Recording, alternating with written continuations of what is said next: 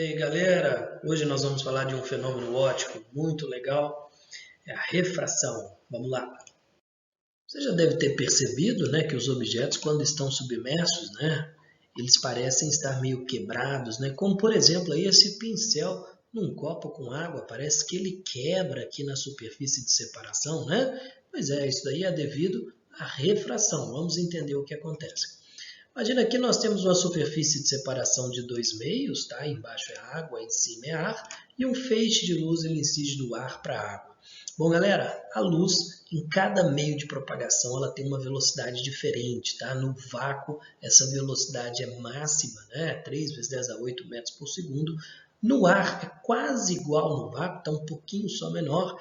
Na água, menor do que no ar. No vidro, menor do que na água. Então, cada meio aí, a luz vai ter uma certa velocidade de propagação.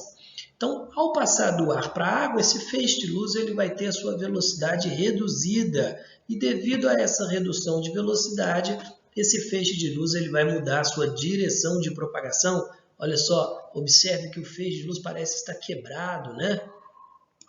Agora, como vamos analisar, né, para onde vai ser esse desvio? Aqui na figura eu apenas ampliei o nosso feixe de luz incidente, está como se eu desse um zoom nele. E aqui está representado as frentes de onda. Galera, observe que esse pontinho aqui, ele encosta, né, primeiro na água do que esse outro ponto aqui. Então ele vai reduzir a velocidade primeiro. Então imagine, né, duas rodinhas de um carrinho. Se uma rodinha freia, o carrinho ele vai desviar, né? E nesse caso, para onde vai ser esse desvio? Vai ser aproximando, né, da normal. Aqui nós vamos definir uma maneira, né, de especificar para onde é esse desvio. Nós vamos utilizar a reta normal à superfície, tá? Normal significa perpendicular.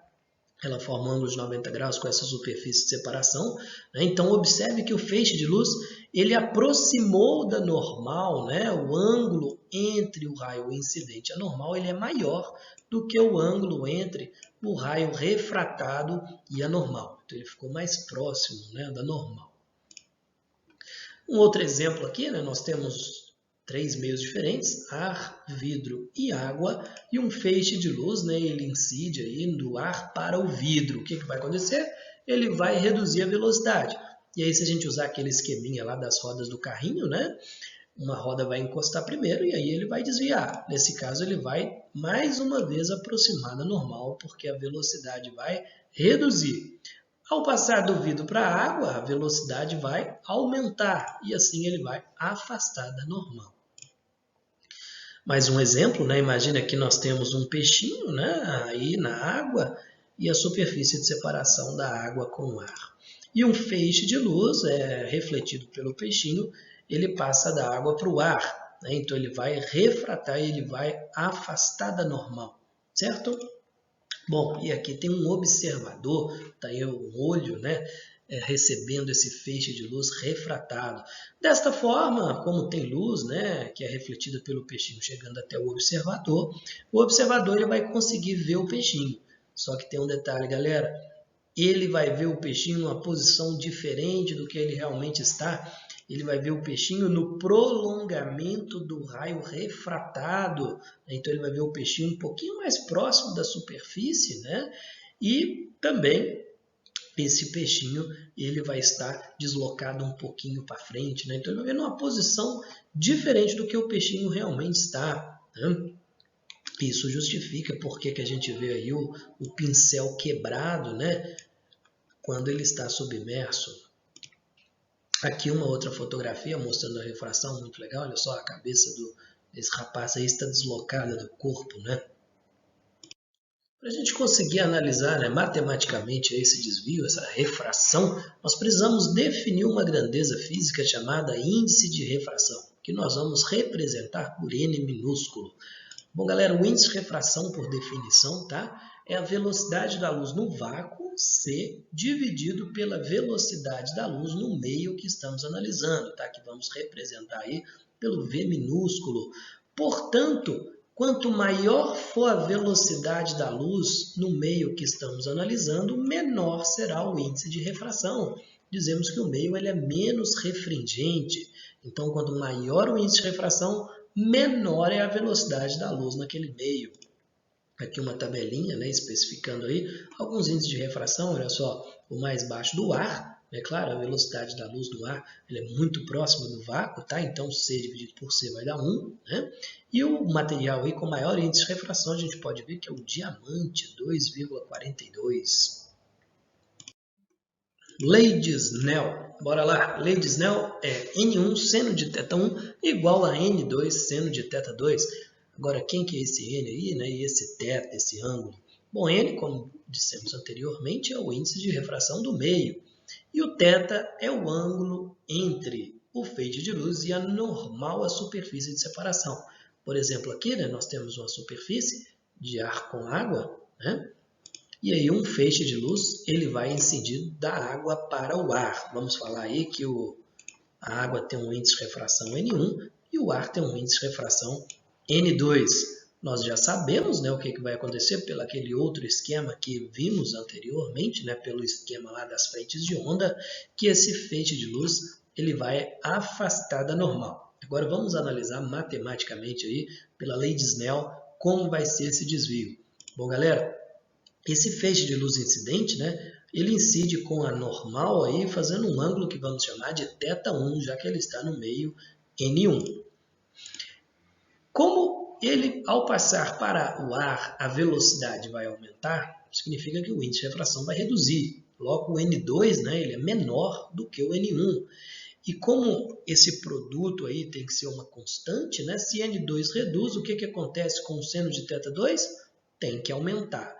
E sabemos no primeiro quadrante, né, que se o ângulo aumenta, o seno dele também aumenta. Logo, para o seno aumentar, é necessário que o θ2 fique maior do que o θ1. Reflexão total. Bom, mais uma vez, imagine que nós temos essa superfície de separação, né, do meio N1 para o meio N2, e um feixe de luz ele vai passar de N1 para N2.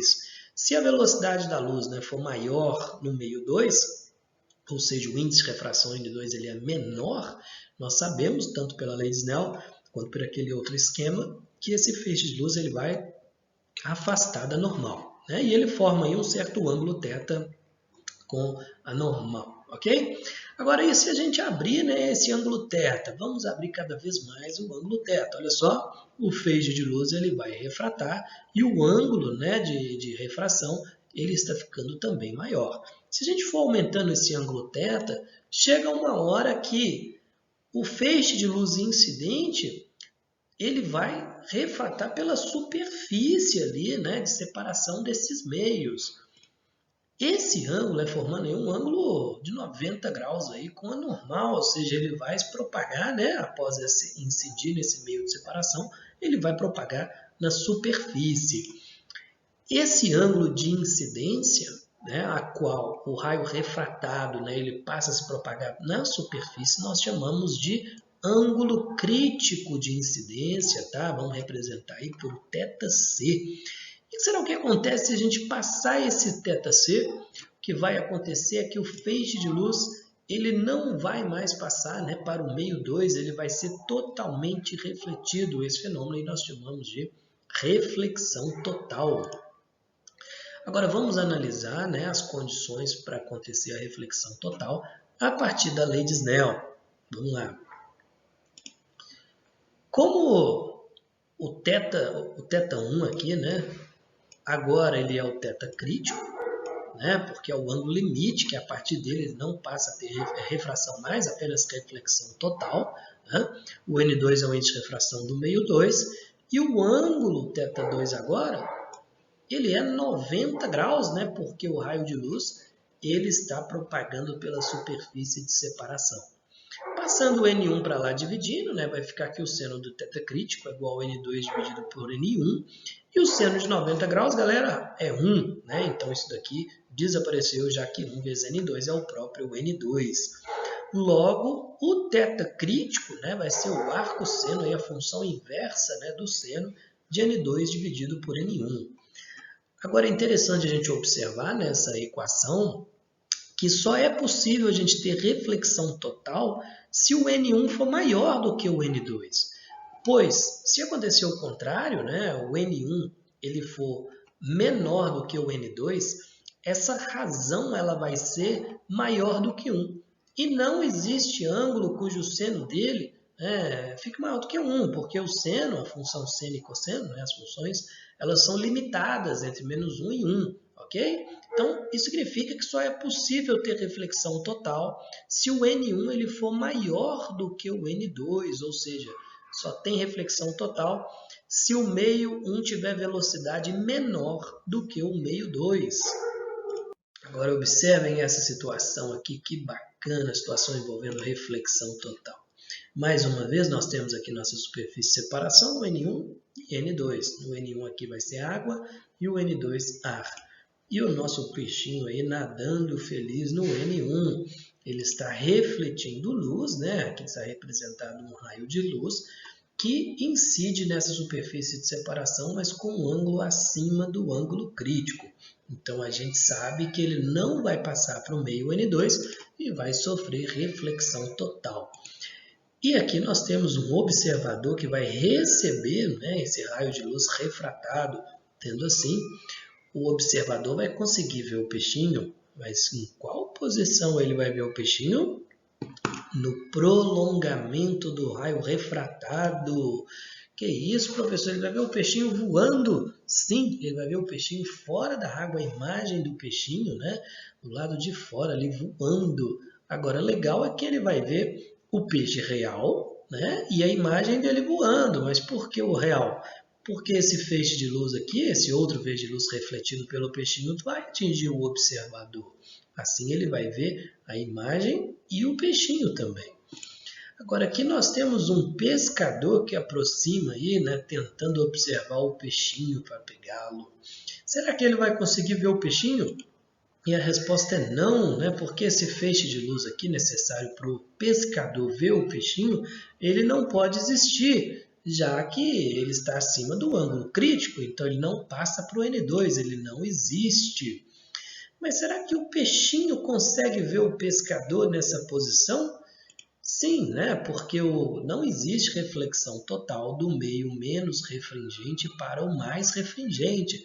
Então, o raio de luz refletido pelo pescador, ao atingir a água, vai sofrer refração e o peixinho vai conseguir ver o pescador. Claro, numa posição superior, na posição diferente do que ele realmente está. Sensacional, né, galera?